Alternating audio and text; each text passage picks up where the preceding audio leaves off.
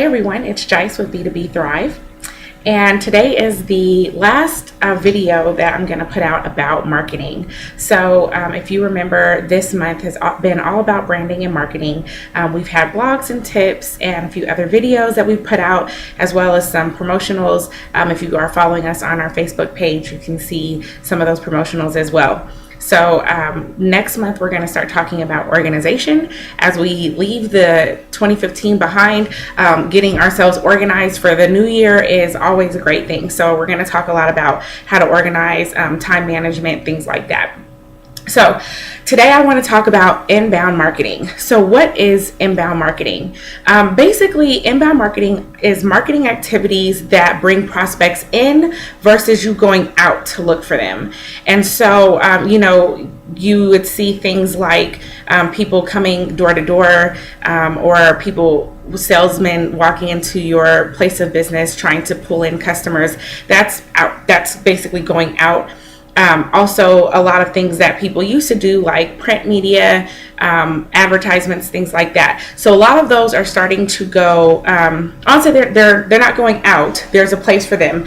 But what's becoming more and more popular is providing relevant content to your customer base so that your customers come and find you versus you going out to find them. So I hope that makes sense. Okay. So the primary way that you do inbound marketing is to provide relevant content, and this does require some research.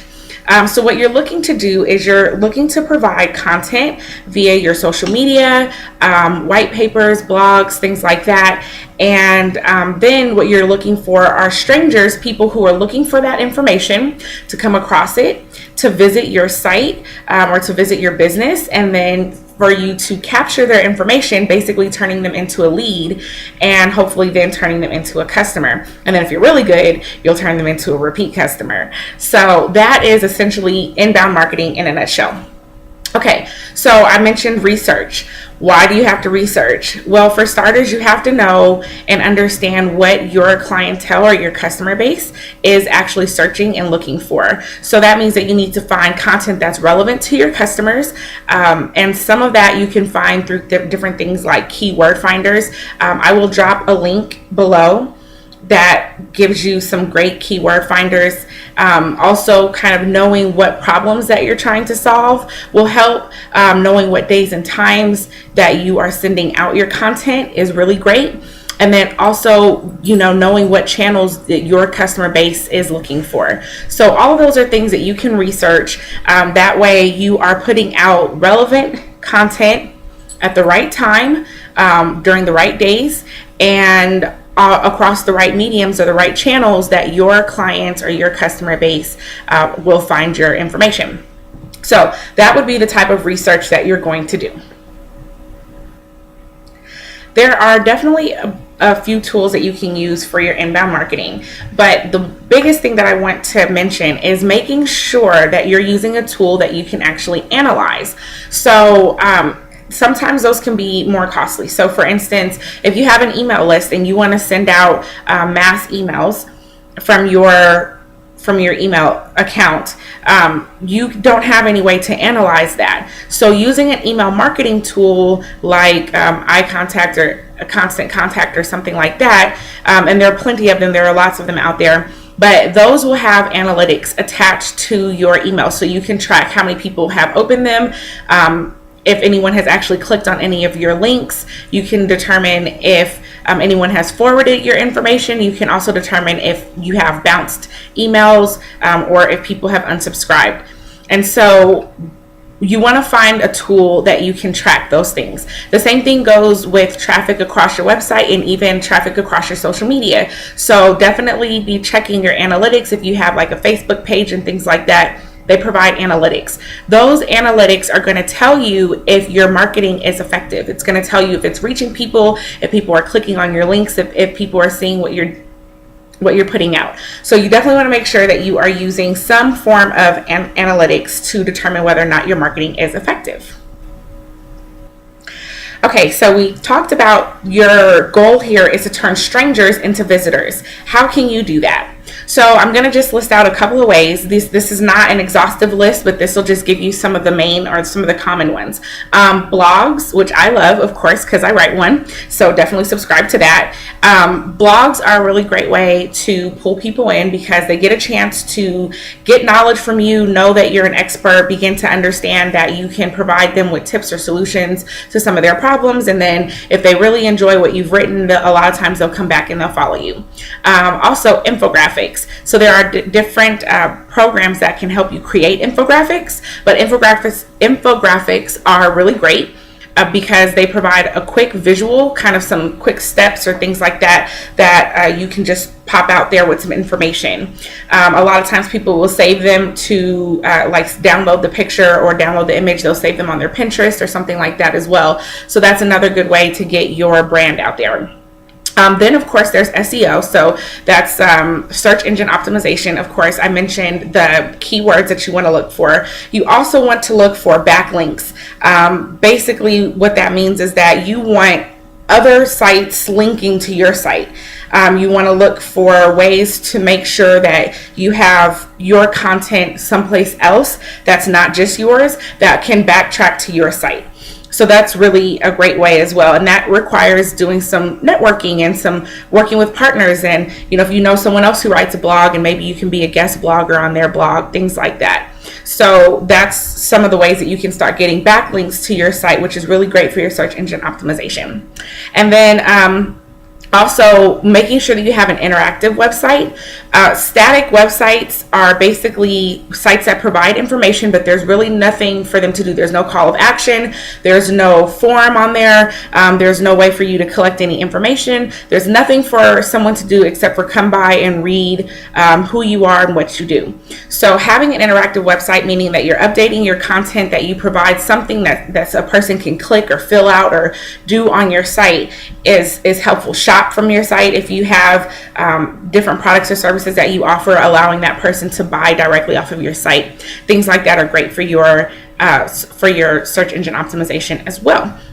And then, of course, your social media. So all of these things can help bring in clients, make people who don't know you, who are just strangers, and have them to come and visit you, come and visit your site.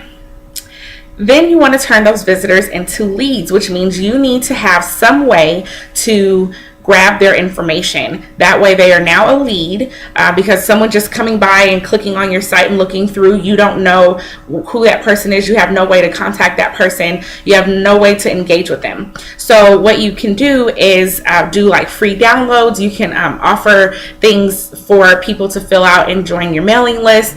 You can do a call to action, meaning you can promote something that you want someone to do, whether you want them to buy now or share or watch this video, get this, free white paper, get a free sample, all those different things that you can put on your site. Like if you sell soaps and lotions, do a free sample for leaving your email address. And now you have that person's information and you can now hopefully convert them from a lead into a customer. Now, this is very important. You need to have a CRM, or customer relations manager. Tongue-tied today.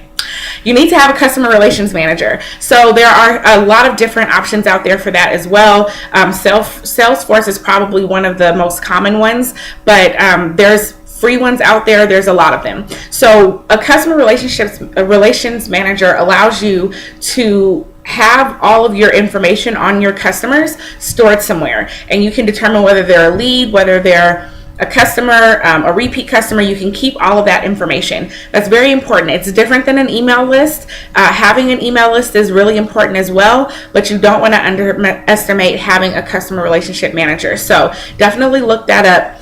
I may be able to find a link to drop for some of the more common ones down as well. So I'll do that. So also remember that turning a lead into a customer can take multiple touches. The average is 7 to 12 touches, meaning that you've reached out and you've tried to contact or talk to that customer or potential customer in between 7 to 12 times. Sometimes it can seem like you're badgering someone, but we all understand our own buying habits. How often have you bought from someone on the very first time that you've spoken to them? Probably not. So don't expect someone to buy from you on the very first time that you spoke to them either. And so I don't think that you're necessarily bothering someone, even though we get inundated with emails and things like that all the time, and that's true. How often are we actually pressing spam or unsubscribing from people's emails? So the truth of the matter is that you have to reach out. That's just our buying habits as a whole. And so don't feel that if you've talked to someone 2 or 3 times and they haven't bought from you yet, then you're just going to give up and not reach out to them. Definitely, I wouldn't give up until you've reached out at least 12 times to that person. So having a customer relations manager also helps you know how many times you've tried to reach out to that person. So you can track that inside of there. You can track, like, if you've done a phone call or text message, or you emailed them. All that information can be tracked. So just remember that number, 7 to 12 times before you get a customer. All right. And then you have to follow up. I cannot describe that enough. If you are a small business, that means that you are oftentimes not the top person or business that someone thinks about when they're looking for your product or service. So you always have to follow up to stay fresh and current in someone's mind. So you can do that through asking for testimonials. You can do that through surveys. You can have more calls to action. You can also, continue to engage them via your social media. So try and keep it light and fun. No one likes social media that just always is promoting buying and buying from me. Just buy.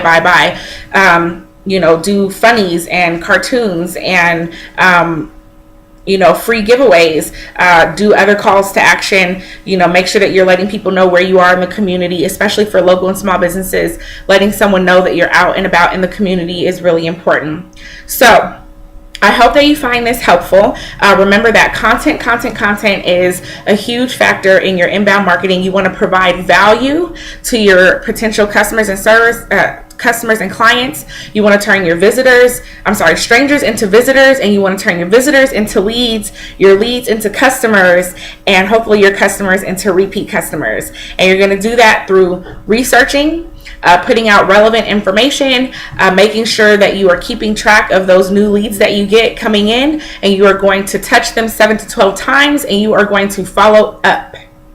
Those are your tips for your inbound marketing. I hope you find this helpful. Please don't forget to share, and I look forward to talking to you soon.